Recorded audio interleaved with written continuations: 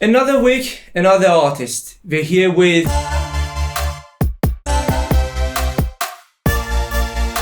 Ria Hanley. Yeah. How are you doing today? I'm good. How are you? I'm fine. Thanks very much. It's good to have you with us in our podcast. Ria, tell me about your musical career. Where did you start? How did you start? What was the motivation? I've always kind of been musical. I think ever since I was young, I was always the child that was singing all the time. I think it's always been like a deep-rooted love, whether it was dancing lessons, singing. Singing lessons started a little bit later for me, and I used to write poems and things like that, like in my notebooks at school. But I think it did start properly around the age of 13. That was when I was like, is there a little bit more here that I want to pursue? Can this be more than just me singing in my bedroom? And how do I go about that? That was kind of when it turned for me as a person. Started writing my own original songs. Okay. And that was a massive turning point for me. I think connecting with my own lyrics was when I was like, there's something more here. I want to delve into that, and how can I delve into that a little bit deeper? So yeah, probably about 13 I think is where it all started. So what I'm trying to understand from talking with a lot of artists is that if you've noticed it yourself, I've noticed it in my life, when we're 15, 16, 12, even 13, in that kind of teenage age, we're struggling because we show a lot of interest to a lot of different paths, but we're struggling to know that which one is it, the one that we want to really follow. Yeah. So what I'm trying to understand, was there like some specific kind of event or something happened in your life that you realized, okay, this happened and this was the reason that I realized music is my thing? I think I did a performance. It was with, sort of through school, it was with an organisation called NCS, which you can do like when you finish school at the age of 16. And I had the opportunity to perform in front of I think it was about 2,500 people. And it was one of the first big performances that I'd done. And that was a turning point, because I realised that if I can go out there and do that in front of all of those people, and at that point I was singing a few covers, I think, and I was like, I want to do that with my own music. And was your first time being in front of that many people? Okay. It was. So I'd done kind of like little gigs, like kind of corner of a pub or little kind of events like locally, but I'd never done anything to that scale. And I think when I got off that stage, there was no fear. It was like, I've done it. Like, I want to do it again. Like, how do I go about that? Excitement and the feeling. Okay. It was fuel. How did you feel like before going to that stage? Like, how did you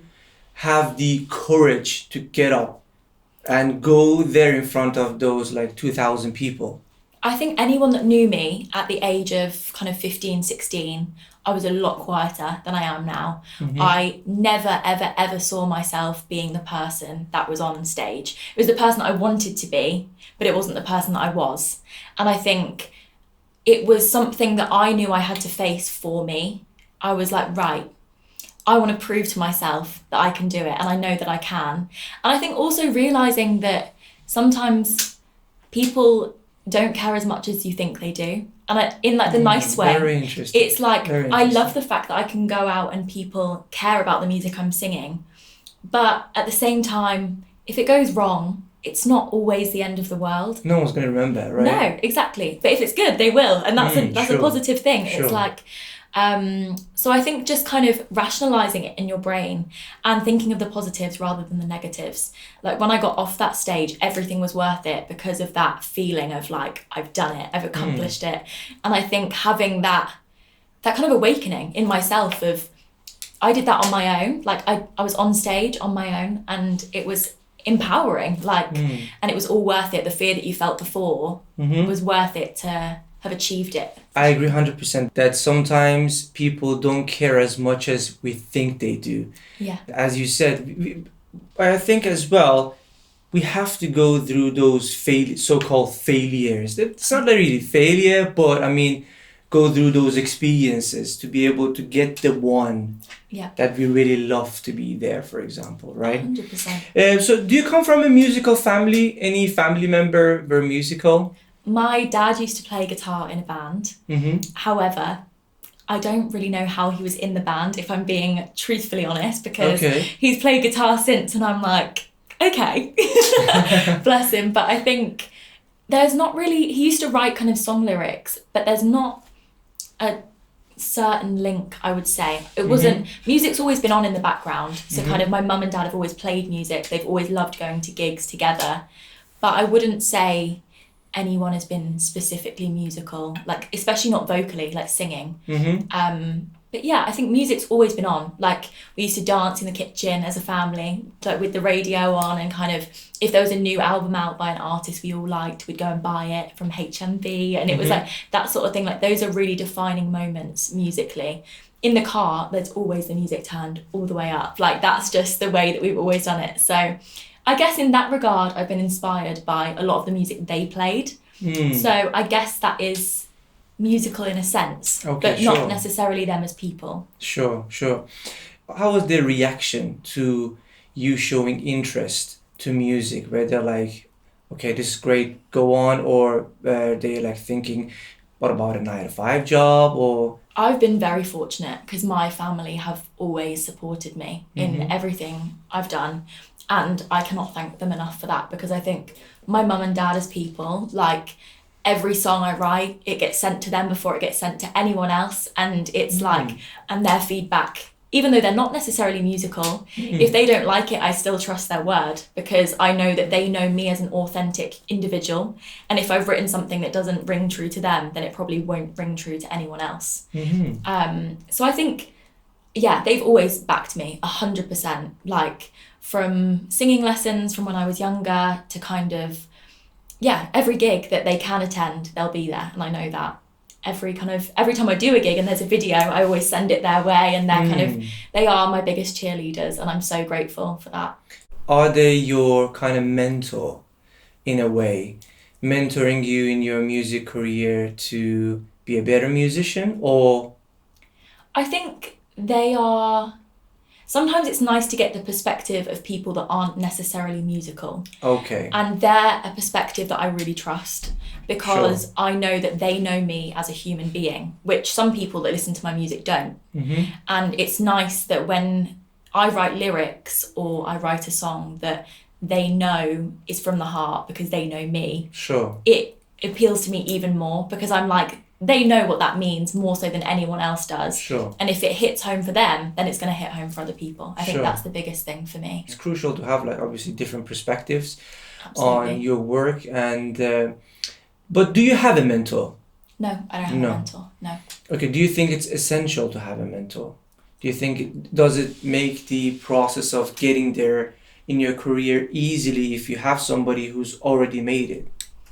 I mean, I've never had a mentor, so I guess I can't necessarily comment on how it feels to have someone who knows how to do it guiding you, because I've never had one. And I think I can imagine it would be useful to have someone that's done it to be telling you sort of how to do it, because I'm just finding my own way, I guess. But I guess you kind of never miss what you haven't had, in a sense. And until I've got a mentor, I won't know. So I can't speak on that really, I would say. Is that something that you would be interested to do, or is that something that you would be interested to have in the future? Like if a mentor or somebody who you look up to come on your way?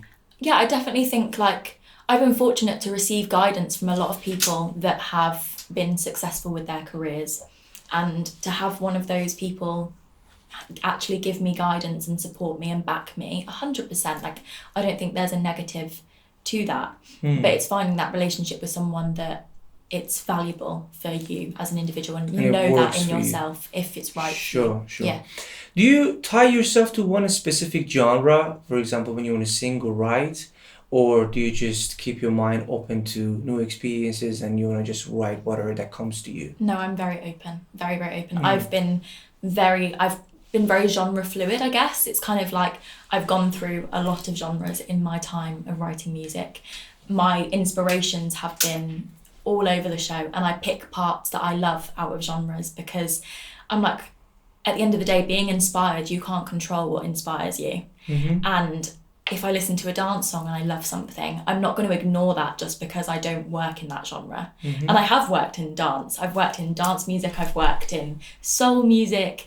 I've written songs for all sorts now, and it's I think I'd be doing myself a disservice if I blocked out that inspiration purely because you never know what's coming later in life either. Like, Sure. why not write it down and use it for something else or for someone else? You never know what's around the corner. And do you play any instrument yourself? Yeah, so I play guitar and a little bit of piano as well. But even that, I think I picked up guitar when I was, I think I was 17 or 18. 17 or So 18. only, 3 years ago now? 3 years ago. Yeah. Do you think it's important to play an instrument to be a musician? I wish I had picked up an instrument earlier. Like, I wish. Because I had guitar lessons, we got given them at school. Just for, I think it was like 6 weeks. It was like they brought in a guitar teacher and I think it was ukuleles we had. And even that, like, I really enjoyed it, but I was like, it's not, I'm a singer. Okay. And then I don't think you have to play an instrument, but the value of sitting down, writing my own chords, writing my own lyrics, I'm like self-sufficient as an individual now, which I was always reliant on someone else to give me chords or to kind of, Sure.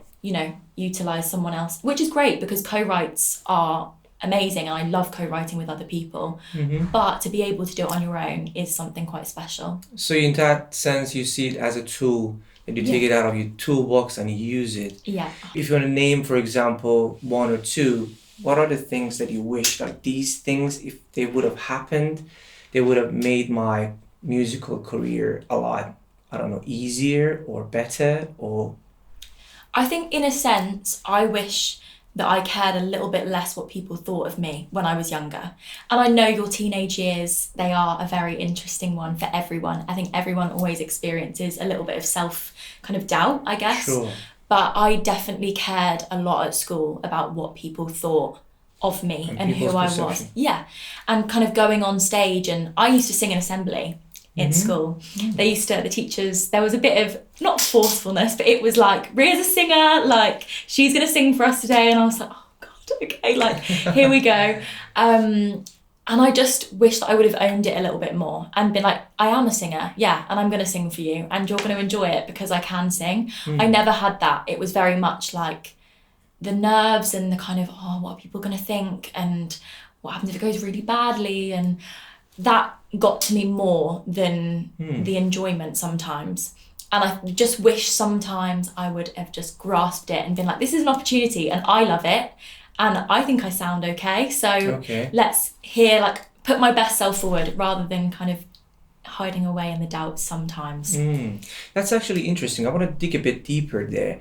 So what happens, for example, when you go on a stage and something goes wrong? What do you tell yourself? How do you convince yourself this is okay? I'm a human being. I make mistakes. Everybody else make mistakes. How do you talk to yourself in that, like after something happens? I think now I do see myself as a human being. And I think that's something that when I went to see Dua Lipa recently and I saw her on stage and she was amazing. And when I was watching her, she was a star. Like, I was like, wow, like nothing could go wrong. And then I was like, she's a human being and she's got a massive team of people behind her, but they're just fueling a human. That's what it is. And okay, it might be really well organized and they might have it all going on, but if things go wrong, she's still going to feel the exact same as I do when I'm stood on a stage in a smaller venue. And I think that was a big learning experience for me, that actually, if something goes wrong, the next song will be 10 times better because everyone's working 10 times as hard to make it even better, to ensure that it doesn't happen again. And I think sometimes things do go wrong and that doesn't say anything about you. Sometimes that's just being human and it happens. Of course. And it doesn't ruin the performance. I think that's another thing that was a big learning experience. Yeah. That's beautiful. Have you released any songs so far? Yeah, so I actually released one last Friday, which was... Okay, guys, I'm gonna put the link down below. Make sure you go click on it and have a listen to it. There we go, thank you. Of course. So that was called Hell for Leather. And this is kind of my first song in my new sound. Because originally I did release in more of a synth pop, chill pop. That sort of, it was very like, there was a lot of synths. So this song is the kind of way that is a kind of path Yeah. that you want to step into. Yeah, and it's the start of something for sure, because I think the turning point for me was buying an acoustic guitar. I never, as I said before, when I didn't have the guitar skills and I wasn't really like playing for myself, my interest was more dance music because I didn't have the perception of playing an instrument. So when I heard, for example, Katie Tunstall is I am very inspired by her. When I listened to her music and once I could play, it was a different experience than when I couldn't play, because I was like, oh, how does she do that? Like that guitar bit was really cool. Whereas before I was just like, guitar and vocal, oh, the lyrics are cool. Whereas it gave me a whole other perception. It opened my eyes a lot more once I could play. So I think that's why the full band sound has come along since learning guitar. I love actually how your mind works, because if you remember when we were talking about the mentor subject, you said, I hadn't had one, so I wouldn't be able to make a comment on it. But that's very true though, because the moment that we have new skills and new knowledge, we would be able to have a different perspective on life. Exactly. And I think that's a good thing to keep it in the back of our mind, to know that at the same time keeping ourselves open to those experiences, 100%. skills and knowledge that can make that transformation happen, right? Yeah. So tell me about the song that you already released. So did you write that song from a personal kind of experience, or was it something that you observed and you wrote something? So I heard the term, so the song's called Hell for Leather, and I heard someone say that I think I was walking down Bold Street, and I was at a bit of not like a lull, but I didn't know what I was doing. And I was like, okay, I'm going to go and write a song by the docks. And it was like, I hadn't been in Liverpool that long. I'd moved from my hometown and I'd moved Where are you from? Southampton. Oh, shout out to Southampton. Yeah, there you go. So I'd moved from home to here, and I was like, I just feel really lost. I don't know what I'm doing. And I decided, I'd heard Hell for Leather and I was like, I like that. Like, I want to go hell for leather. Like, I want this. Like, how do I get to where I want to be? And I decided, I sat at the docks with a notebook and pen, and it was a really sunny day. I think it was like March of 2021, maybe. And I was like, okay, I'm going to go and I'm going to write a song. And that was when Hell for Leather was born, basically, because I wrote a song for the person that I wanted to be, basically. I was like, I'm going to write it as if I've already become that person. And there's a lyric in it where it's like, I've been holding my tongue, now I'm spitting fire, became the girl you told me I'd never be. And that lyric is about me talking to myself. Like, you've done it, you've become the woman. And I do think now, like, I can't wait to perform Hell for Leather live, because I am that woman. And I never thought that I would say that, but it's like, I feel like I've come full circle and I've kind of come true to myself. Like, I know who I am a little bit more. I love Liverpool. I feel like I've found myself here. And I think sometimes you need to feel lost to be found. And that's like absolutely. Yeah. I think these things in life give each other meaning next to each other. Like, good is good because bad exists. Oh, Otherwise you wouldn't really feel what feels good. Yeah. Does that make sense? And the same as like happiness and sadness and every other thing in life. So you moved from Southampton to Liverpool. How long ago did you move? 2.5 years ago. So how did you find that transition? So when you moved from there to there, did you have any friends here? Like, how was the process of moving to another city? It was up there with one of the scariest things I've done. And like, when I say that, I think I remember the first night, my family actually came up with me for, like, they'd kind of drop me off, if you will. Okay. And I remember staying, like, I've got a little, like, apartment, and I was like, what have I done? Like, what have I done? Like, I was sat there, I was like... So you didn't have any friends or family member around here? At that point, no. No. Okay. And I go to uni here, so I kind of built a little collective through that, which was great. But that first night, honestly, I was like, okay, right, it's just me, basically. Like, deep breath, because I've got to do it. And I think also just being self-sufficient was a really important thing for me. Learning that actually I can do this by myself, and I've got everything that I need within myself. But also learning when it's okay to be like, I actually don't have that right now, and I've got some good friends around me that I can now be like, look, can we go and chat, and can we go and talk? And just knowing that everything that I've built here, I built myself, in a sense of like the friendships that I've built are all from me, is a really nice thing. Like I never thought I would be able to do that in a new city. It's made me feel so much more open-minded about moving again. And also kind of like the whole you don't know what you like, you don't know what you don't know. Like, Sure. I didn't know if I would love it or hate it until I gave it a go. Of course. And then as soon as I open my eyes to Liverpool, I now go home and I'm like, oh, like this feels weird now. Like it's strange how quickly you find a home somewhere that wasn't a home. It's strange. You get used to it, right? Yeah. And more independent, I would assume, definitely. Oh, 100%. More independent. Yeah. So you said you studied music, Yeah. right? What major did you study? Music, like I studied. Is it like specific, like songwriting, production, or? So I did songwriting, production, and performance Oh, all is it- under. So it's like a full music course. Okay. And then I specialised this year, so I'm specialising in songwriting and performance. Songwriting and performance. Yeah, And it's a 3 years course. yeah. So I'm in my final year. Do you think studying has helped you to be a better musician? I would say, in the sense that it opens your perspective to something different. I've learned a lot of the way that I songwrite. Working with people that songwrite differently to you is one of the most eye-opening things ever, because some people are very methodical with the way that they write. For example, when I first started writing songs, I never counted the syllables of the words, or I never thought about, it was just meaning. Rhyming it scheme was, or yeah, stuff like it that. was all just, I mean, I did have a rhyming scheme, but it wasn't the intention of the song. And then working with people where that's their only intention, and then all of a sudden I've got all of these thoughts that are free-flowing and raw, and then they are very methodical, and then you work together and it's like, wow, like this is great.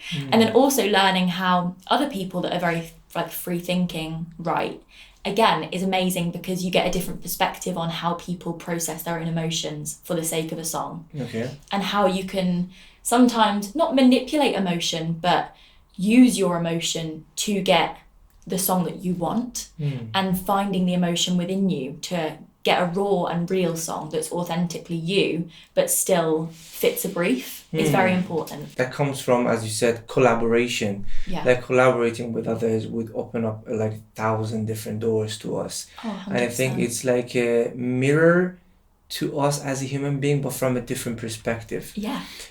So that's actually my next thing to ask. How do you find collaborations? How do you find people to work with? I've worked with quite a few people now, and I think some people you click with straight off the bat, and some people it takes a bit of conversation to warm up. You kind of find a common ground, or I think it's learning how to have the conversations that get a song going. That was a big thing for me, like learning to connect with people in the way that, okay, we've found something that we click on, and we've got a similarity somewhere that means that we can write together successfully. I think that was a big part. And also just kind of learning when to take a step back as well. Like that was a big thing for me, because when people are processing their own emotion, or whether it's for a brief or whether you're writing for someone else, whether they're writing for you, no matter what the scenario is, sometimes silence and like thinking can be just as important as you just like spreading your ideas. Oh, it's like music. Yeah. That silence, that silent Absolutely. note is as important as any other musical note. I agree 100%. Yeah. Let's just say I'm not going to uni. I don't know anyone in Liverpool. Give me 3 collaboration tips that makes me able to find collaborators, and collaborate with people better, easier. I would say open mics are amazing. Like even to go and watch an open mic, there's loads, like all of the Liverpool venues, Jimmy's, Jacaranda. There's a good one at Liverpool Arts Bar as well. Like that's 3 open mic nights that happen. Some of them happen monthly, some of them happen weekly. And the people that go there mostly are musicians or music lovers. And the conversations that can be opened up through going to those places are amazing. Like I've met so many great people just through going to an open mic for the evening. Whether you play, whether you don't, you are surrounded by people that are all have music in common. That's the truth. Like that's why everyone goes. So I think going to open mics is a really good one. And you get to share your music, which is great as well. People can course. see if they're interested in what you do, or if you've got anything in common lyrically or genre-wise. I think that's really important. I would also say going and supporting bands. Obviously, there is often a fee with that because you're buying a ticket for the band. But local bands, when you start supporting local bands, again, you're in a room full of people that love music, and often you can connect with people in that room, get people to listen to your music, enjoy the music that's being played, and just kind of get conversation started in that regard. And I think for my third one, what would I say for the third one? I would probably say contact promoters, like in Liverpool. There's a lot of like Liverpool promoters that are great, Liverpool blogs. How do you find them?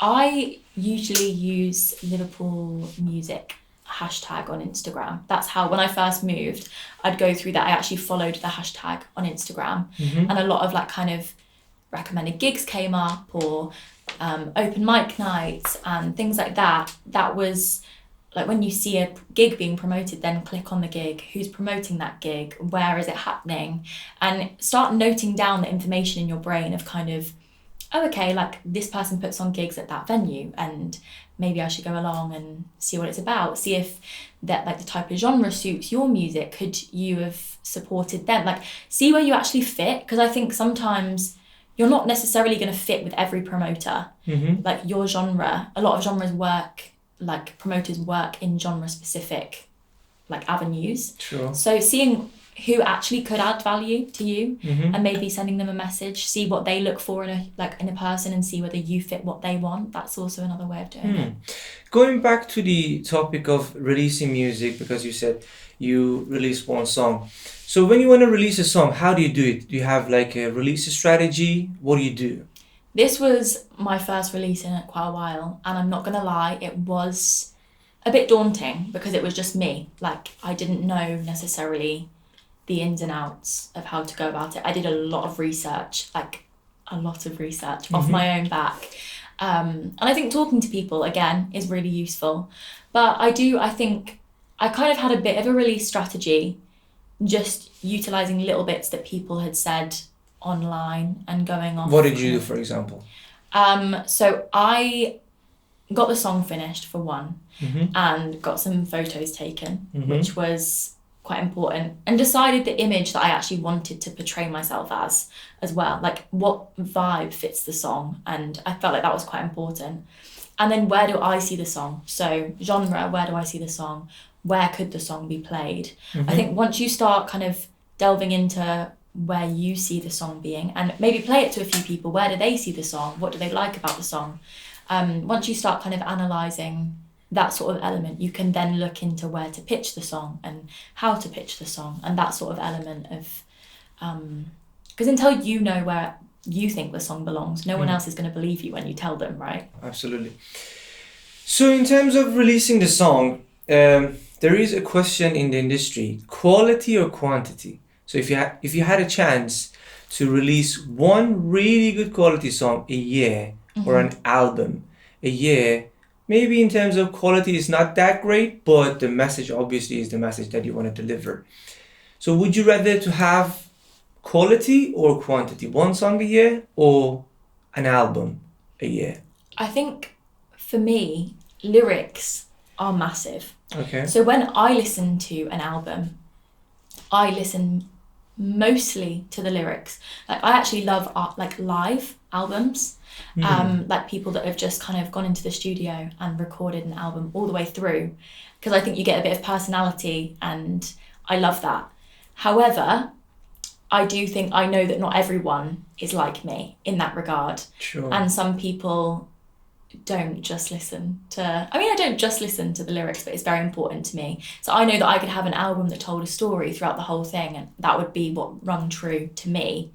However, I think working with a producer, which I now do, and kind of grasping what other people listen to, the feedback that I've had being, I love that bit, I love the little like that kind of reverb was so nice. Have you noticed? Yeah. Some people might just even pay attention to the kick. Oh, that kick just hit me in the chest. Exactly. You know what I mean? Exactly. And I think in that regard, actually, sometimes quantity isn't always the answer. You can I write hundreds and hundreds of songs a year, hundreds, but if I put them all out, would I regret them in years to come? Maybe.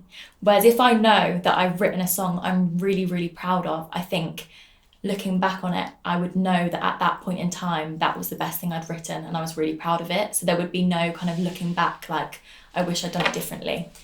And I definitely think don't ever rush anything just for the sake of putting out work. I think maybe I would choose quality. Quality, okay. Yeah. Do you feel that there is any kind of pressure from music industry that you have to, or even like social media nowadays, that you have to say certain things, you have to look in certain way, or you have to behave in certain way? I definitely think there's like an upkeep of image to a degree. I think there's like an element of knowing your sense of style and like how you want to be perceived fashion wise, and kind of, I think there is an element of that.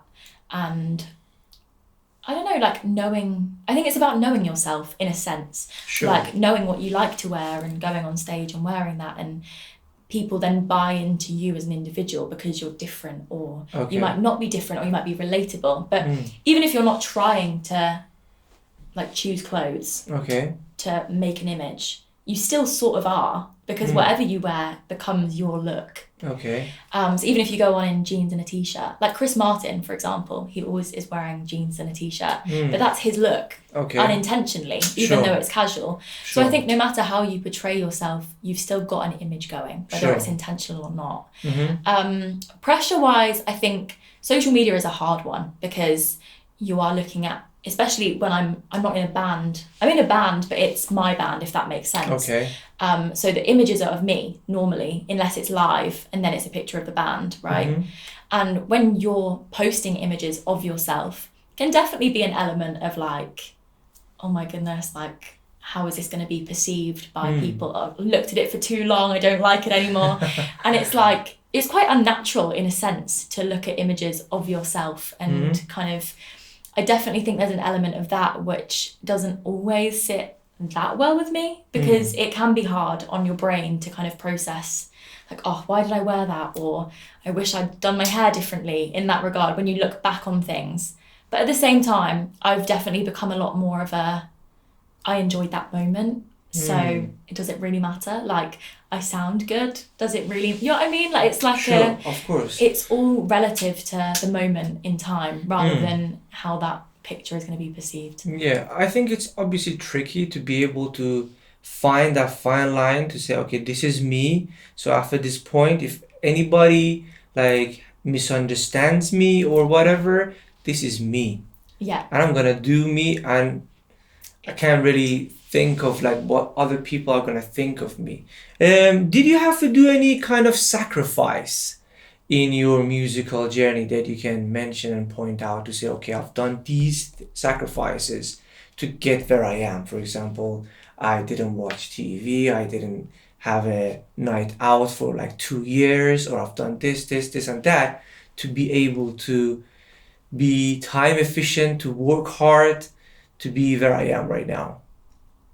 I wouldn't necessarily say a sacrifice. Like, I think for me, music's always come quite naturally, because even before I pursued music career-wise, I always did music. So that's a hard balance, right? When it goes from being just kind of a hobby to a job, that's interesting in itself. But I wouldn't say, I never saw it as a sacrifice ever. Like, I used to write because I wanted to write, and maybe my friends would be going out that evening and I'd be sat with my guitar, but it was never a sacrifice in my head. It was because I wanted to. And I think, I've never looked back at a point and thought, oh, I feel like I've not done something because of music. It was always, I wanted to do music over the other thing. What are the things that you do to turn, in this case, music, kind of like music as a hobby, to music as a career? What do you do?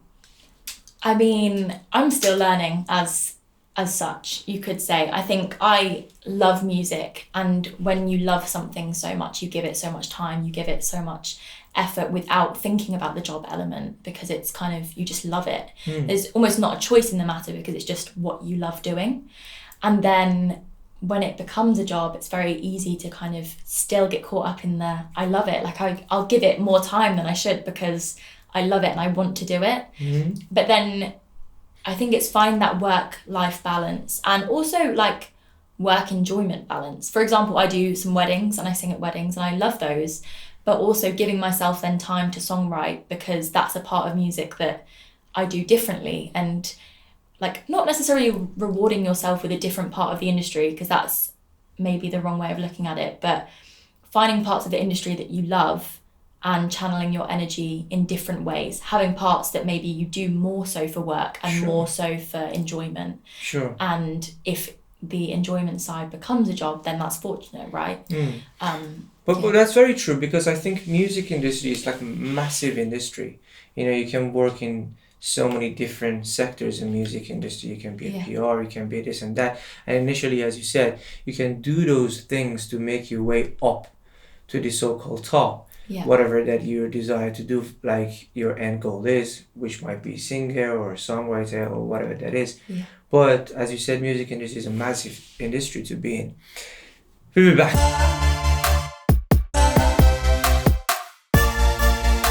Okay, Ria, tell me, do you have plan B?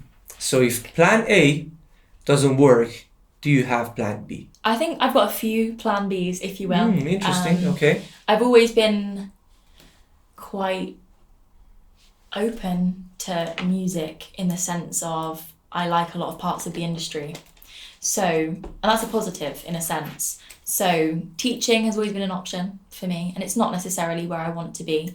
I do a lot of songwriting for other people anyway, and that wasn't initially plan A, because I didn't know that it could be, didn't really know that other people songwrote for people at the time. I was only kind of, I was in college and they were sort of talking about how a lot of the charts were written by more than one person. I was like, oh wow, like I didn't even know that co-writing was necessarily a thing at that point in time.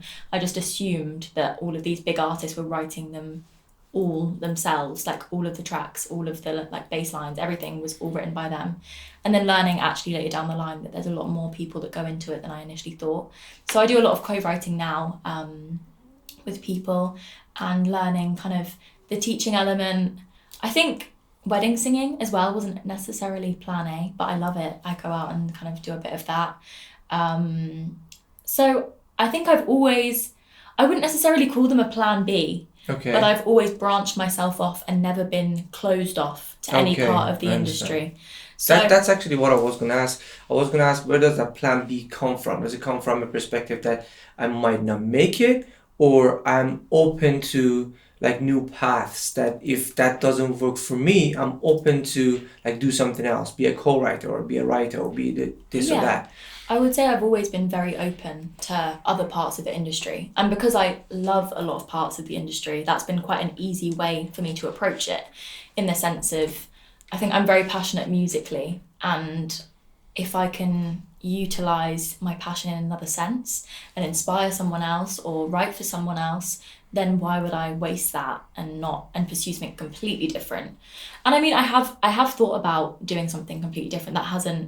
There's definitely been moments where I'm like, what is it? I don't even have there's not a specific thing in mind, but there's definitely been points where I'm like, I'm a bit scared of pursuing a kind of career fully in music. Mainly because, like I say, it's a lot of different aspects. I'm like, would it be easier to just do one thing? But at the same, I love keeping myself busy. I love the go and the kind of, this week I'm doing this and this week I'm doing this, and the excitement of, and obviously I'm quite young at the moment, 21, so it's kind of like I don't necessarily have to have the stability right now of being in one role and doing that whole thing, and maybe later down in life that'll be something that I want more. But right now, absolutely not. I love kind of my weeks being different and having one wedding this week and something else next week. I love it. Like it's. So what do you do in that moment when you feel, for example, like, should I get a job? What do you do in that moment that those doubts come to you? How do you convince yourself back to go on track? I remember why I started. I think that's the biggest thing. And the fact that there's a part of me that never thought I could do anything other than music. And I think that's the biggest thing. Like, it wasn't necessarily... I almost think music chose me. Like, these lyrics that I have in my mind sometimes come out of nowhere. And I'm like, where did that come from? Like, that was so strange. And it's like, wow, kind of, I didn't even know if I've been blessed with this way of writing, and my perspective is different to other people's, like everyone else's is different to other people's, then I must have something to offer someone, if that makes sense. Of course. And I hope that, I don't know, I believe that everyone's kind of given, not necessarily a gift, but like, I hope that my music can help someone or inspire someone, or and I think if that's kind of what I gain out of music, then that's enough for me to stay in that job role. Some people think talent exists. Some people think it's purely work ethic. Some people think it's a combination of both. So which side are you? I would say both, I think. There are definitely people, I mean, I've worked, when I was younger, I was in like dance classes, and there were some people that were like, I was like, wow, like, goodness me, I could never dance like that, you know what I mean? And I was never, I'm not gonna lie, I was never blessed with the dancing ability. Maybe that'll change. But I think there were definitely people in that room which I was like, wow, like, I'm out of my depth here. And maybe they were working harder than me. You don't know, you don't see what's behind the scenes always. So maybe it wasn't talent. That's actually something very interesting, because me personally, I don't really believe in talent. Right. I think it's purely work ethic. Yeah. And whatever we see in the society that we see, as you made an example and said, for example, I saw somebody who was dancing like beautifully, and I don't really think I can like dance like that. Yeah. I think in that moment, he or she who is dancing there, it's not because he or she is talented. Yeah. It's because maybe the privileges, because sometimes people have privileges in their life. Maybe they started when they were 5. Maybe they had the opportunity to be able to go to dance classes like 10 times a week. You know what I mean? Obviously, they're going to be able to step ahead of me in that terms. You know what I mean? True. But sorry, you were saying? No, I was just thinking then, because it's interesting in the sense, lyrically, would I say that I'm lyrically talented? No. But I've always been a massive overthinker. My whole life, I have always overthought. From the age of like ridiculously small, I've always kind of had many thoughts going on at once. And I have now, I don't see it as a gift because it can be so annoying. However, lyrically, I see that as a gift now, because my ability to overthink everything gives me the most amount of content ever for lyrics, because it's kind of, I can take a situation and get 20 outcomes. And for a song, that is amazing. Now, I'm not saying that is a good thing, because it probably is not. However, musically, it's been quite handy. Personally, it might not be a good thing. Yeah. But that comes in handy when you want to write a song. And I would never ever change it, because I'm grateful that I have that ability to kind of delve deeper into things and, like, what could happen if this happened?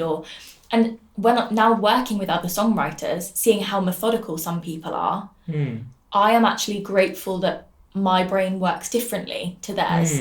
And maybe my brain works the same as other people's, but my way of thinking, it's not necessarily a talent, but it is different. And Works different, yeah. And I do think it wasn't something that my work ethic changed. My work ethic through music made my songwriting better, but the way that I think has always been there. So I think there's an element of like, it's not a talent, but it was the way that I was born, in a sense. Yeah, sure.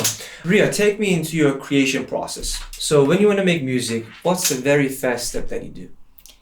Okay, so for me, I normally start with lyrics. Okay. And that can be inspired by anything. It can be a word, it can be a line from a book, it can be honestly anything. It could be something that's happened. I write a lot from first-hand experience, but also a lot from other people's experience. So I can be having a conversation with someone where they're telling me about what's happened to them, and I'm like, that sparked something. Like, I can relate to that in some way and use this to kind of put my ideas into that. And I would say, so it normally does start with lyrics. My songwriting is very lyrically based. I love words, and kind of my thought train is very kind of away with the fairies sometimes. So I think it's like, I love to perceive emotion in metaphors and kind of go down like this thought train of like, how can I make that something else? That my biggest thing is writing so that people can take what they want from my lyrics. And then I normally have a melody sort of in mind, add the chords in, and then see where it goes. How can I build it? Take it to the band. What do they think? What do they see it as? What does it make them feel? Is there any kind of, do we need to add some more minor chords to make it a bit darker in places? Do we need to add some major chords to make it a bit more kind of like light and air? Like, it's kind of, I love getting perspective, like different perspective on my writing, but words have always been the biggest part of my creative process. That's why I started doing music. That's the biggest, I think, well, and singing, but lyrically, I've always been lyrically minded, kind of telling a story, telling my own story, telling someone else's story, helping people through lyrics, relating to people through lyrics. I think there's so much beauty in words, and of course. I just think, yeah, if you can kind of articulate how you feel without explicitly saying it, there's something so like the vulnerability of sharing how you feel, but in the sense that no one really knows what you're thinking, is something so wonderful. Like, and singing that to a room full of people is even better. Like, 100%. I've actually came across lyrics that there are so many different levels, like from each angle that you look at those words and look at those lines, you would see life differently. You know what I mean? I love that fact about it. You're writing a song, you get it stuck. What do you do? Okay. Now, I've done two different things in this scenario. Okay. So I used to like leave it, and then I would revisit it at another time. When you say another time, how long are you talking about? It would be whenever I felt like it. Okay. So, and that was when it was more of a, not necessarily more of a hobby, but it was kind of, I can't think of it right now. I'll worry about it another time. It's not coming to me right now. Because sometimes it feels unauthentic to try and process emotions that aren't coming to you naturally. Sure. However, I now usually kind of, if it's really not coming, I will leave it. But I like to try and portray my emotions at that moment, try and write something. And then I still have the option to come back to it if there's something else that's better. But I do often think the better songs are the ones that just come to you like that. And sometimes as well, you can start writing for another kind of hour, and then all of a sudden you get this like wave of, I've got it, like that's it. And sometimes you just know, like it's really strange, like you just get like that's the one, like that's the chorus, I've got it. The 3 elements of success in a musical career. That is a hard question. I'm trying to think now. Take your time and not rush. A coffee, please. 3 elements of success. I would say, I think you do have to have an element of love for it. And being emotionally vulnerable with yourself sometimes, especially lyrically. I think it's different because obviously if you're a session musician and you're playing guitar, I would definitely say work ethic is probably a bigger one, maybe, because you have to be training yourself to be a better guitarist. Sure. And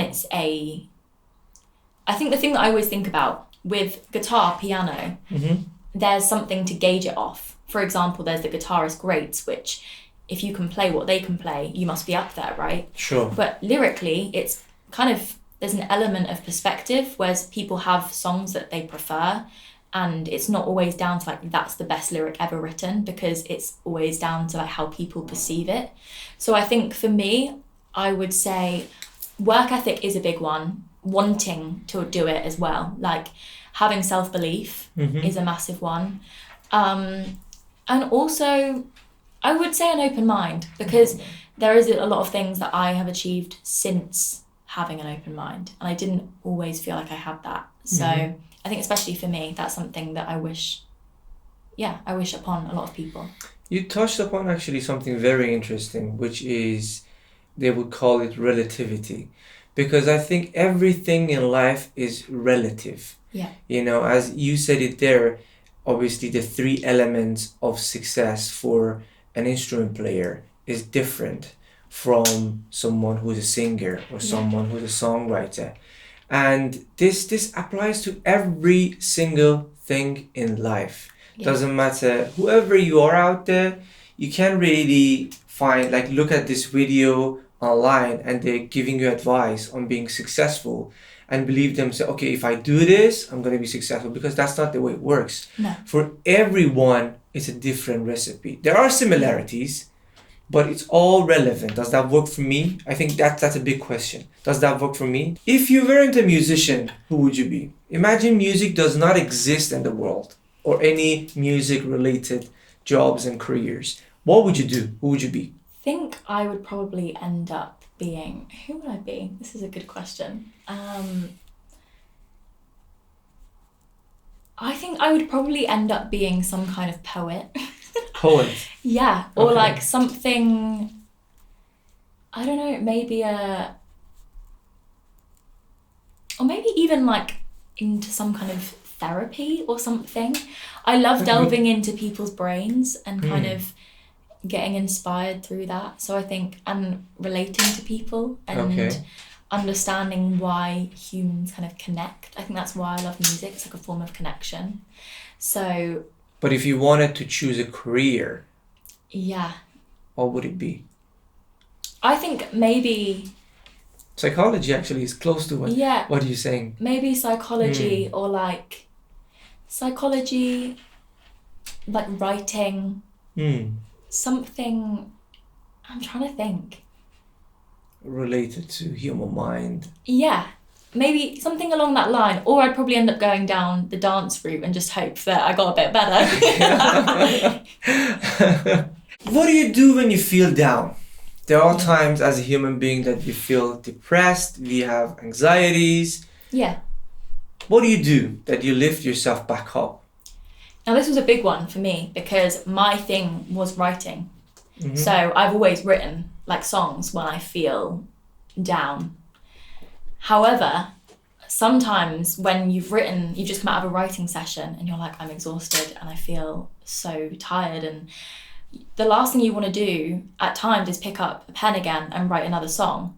But it has always worked for me. So I think I'm fortunate in the sense that I have kind of like two parts of my brain where I can use it as like a healing element for myself, and I can also use it as like, this is going to be a hit, if you know what I mean. But I also I like running. I've been very kind of like, I enjoy that, and I've found that. So is that something that you do regularly? Yeah, like I like to stick to that it's good for my brain, and I know that like I'll finish a run, I'm like, I've done it, like I'm ready for the day and I feel good. And I think sometimes I would say having something outside of music can be a positive thing. But also I am a lover of the industry. So there have been times where I've gone to another gig or gone and picked myself up in that way. Sometimes absorbing a different kind of music is great as well. I love a jazz bar, anything of that sort. Like listening to music without lyrics is also a really great thing for me because it takes my mind to a different place when I might not feel like when you want to seek inspiration in a different way, listening to music which is completely kind of different to what you used to listen to, that's a positive as well. Can take you out of the headspace that you were in. So you write lyric to be able to get out of that mood. Yeah. And you do exercise, which is running on regularly. Yeah. Is there any other thing that you do, yoga or I like meditation? Yoga. Okay. Yeah, yoga, meditation. I'm a big fan of both of those. Okay. And I would also say like sometimes doing what you do without an end goal, if that makes any sense. It does. So like, for example, songwriting, just songwrite in that moment because you want to let something out. It doesn't have to be a song. You never have to read those lyrics again. Use it as a form of just, I'm gonna let it out. Even like me and my friend actually we had like a painting session. I can't really draw, like I'm not very good, but it was like it didn't matter in that moment. We were having fun, and it's like sometimes just actually being creative with no end goal of this With has no to purpose. be. Yeah. I love that. Just I love being that. I like love creative because you can Wow. be is a really powerful thing. that. I love that idea. Yeah, I love it. It's good. I think that's really good. Just do something purposeless. Yeah. Just do something for the sake of doing it with no end goal, as you said. What do you think about the future of music industry? So I ask everyone to make a prediction. We are coming from a place that we were listening to vinyls and cassettes, and we are in an era that we're listening to everything online and we are streaming. What do you think the next step is? How do you think we're gonna consume music? I definitely think there's going to be an element of people are going to start craving physical copies more.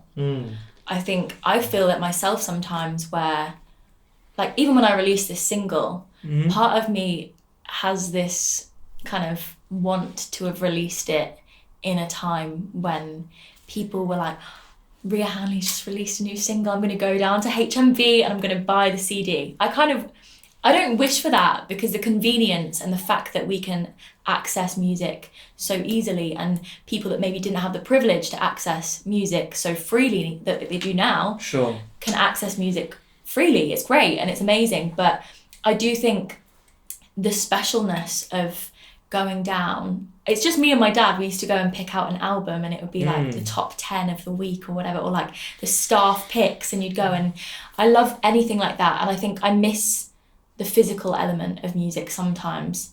However, I think merch is going to be a big thing for a lot of artists. I think there's going to be showing your support through merch has always been a massive thing, but I think a lot of people are trying to support artists more so in that way. And I would say streaming wise, I think it's going to stay that way for a while. I do think that. I think it's the convenience of it, the fact that there's so much accessibility, the fact that it's cheaper than physical copies.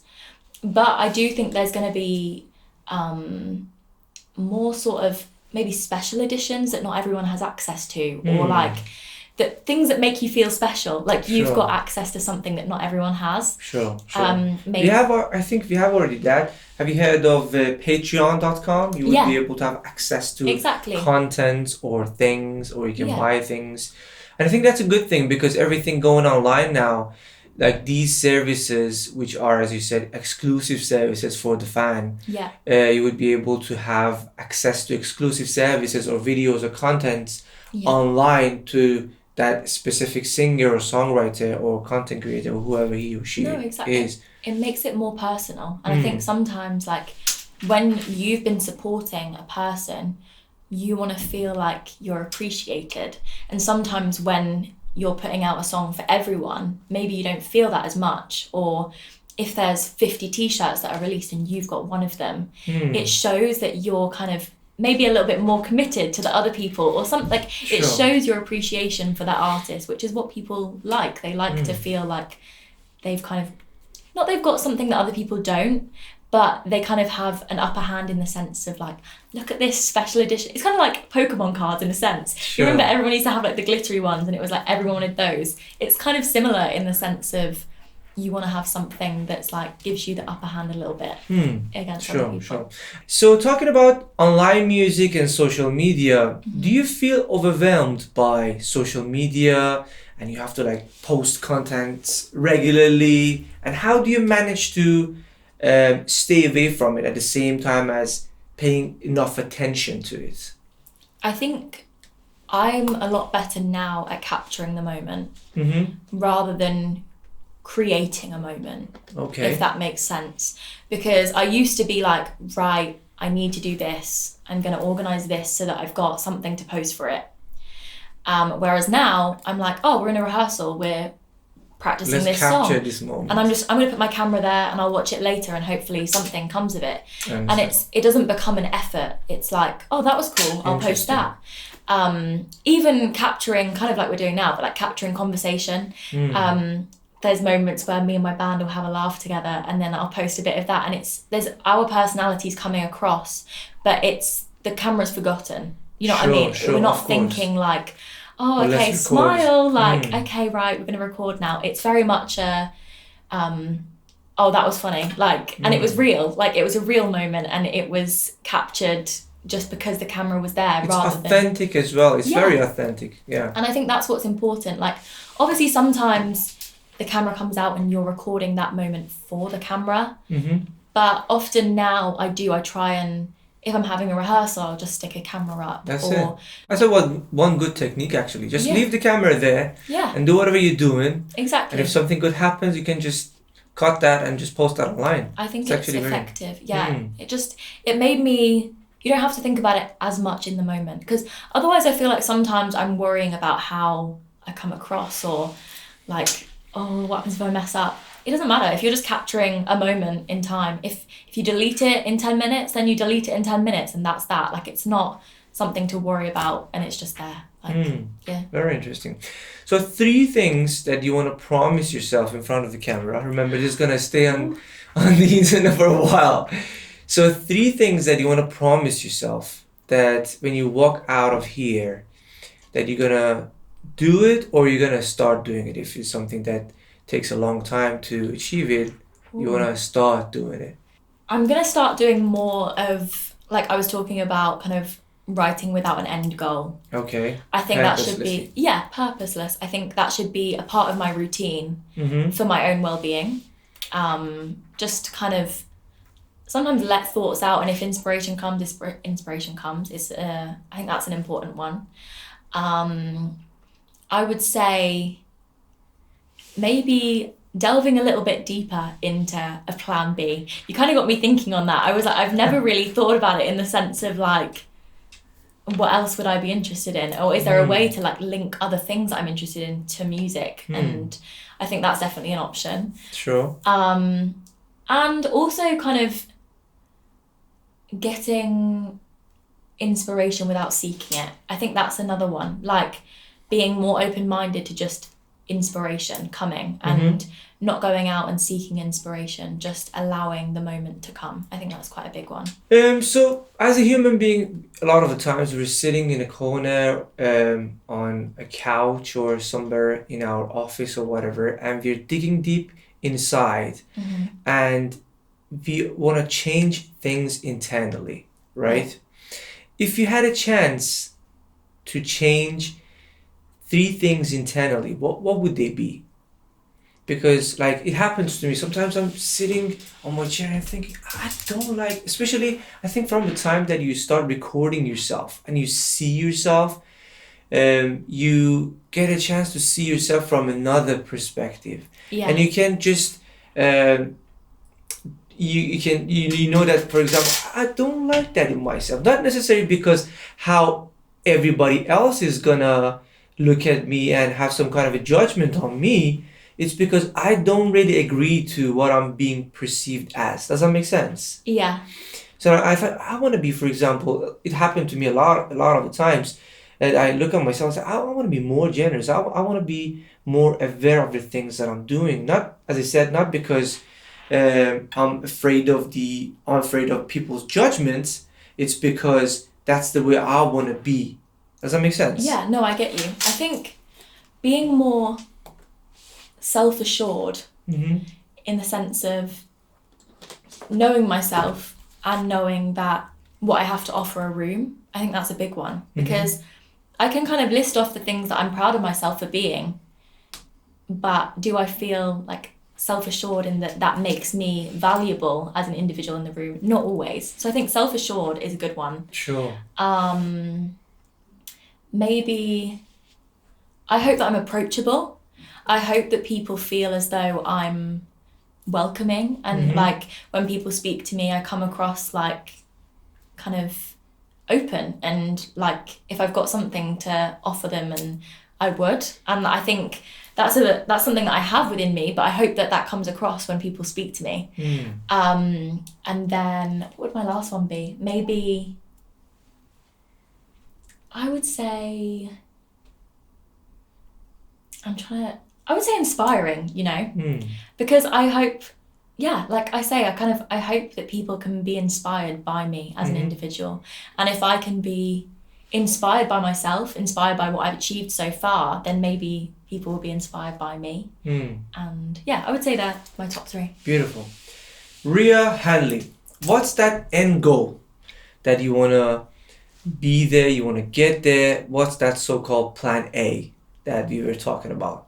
Plan A is to have an album of songs that are loved by many. That's the truth.